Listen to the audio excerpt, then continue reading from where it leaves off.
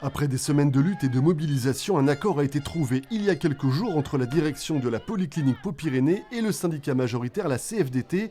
Le nombre de licenciements passe notamment de 161 à 122 avec des dispositifs d'accompagnement et des mesures financières. Nous, on s'est dit d'entrée qu'il fallait négocier pour éviter qu'en plus de perdre leur emploi, il n'y ait rien à côté, quoi. Alors certes, on n'a pas pu tout négocier, hein. Le reclassement des gens dans les autres structures, c'est compliqué, on n'a pas le poids là-dessus. Ça dépend beaucoup de l'ARS et des autres structures à côté.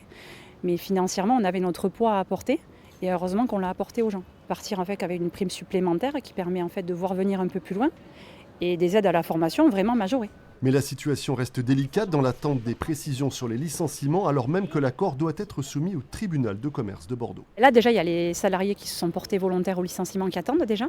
Donc ça fait 102 personnes qui attendent de savoir si leur dossier est accepté ou pas.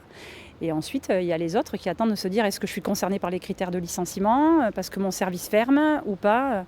Une stratégie de négociation qui ne satisfait pas l'autre syndicat, la CGT, qui n'a pas signé l'accord.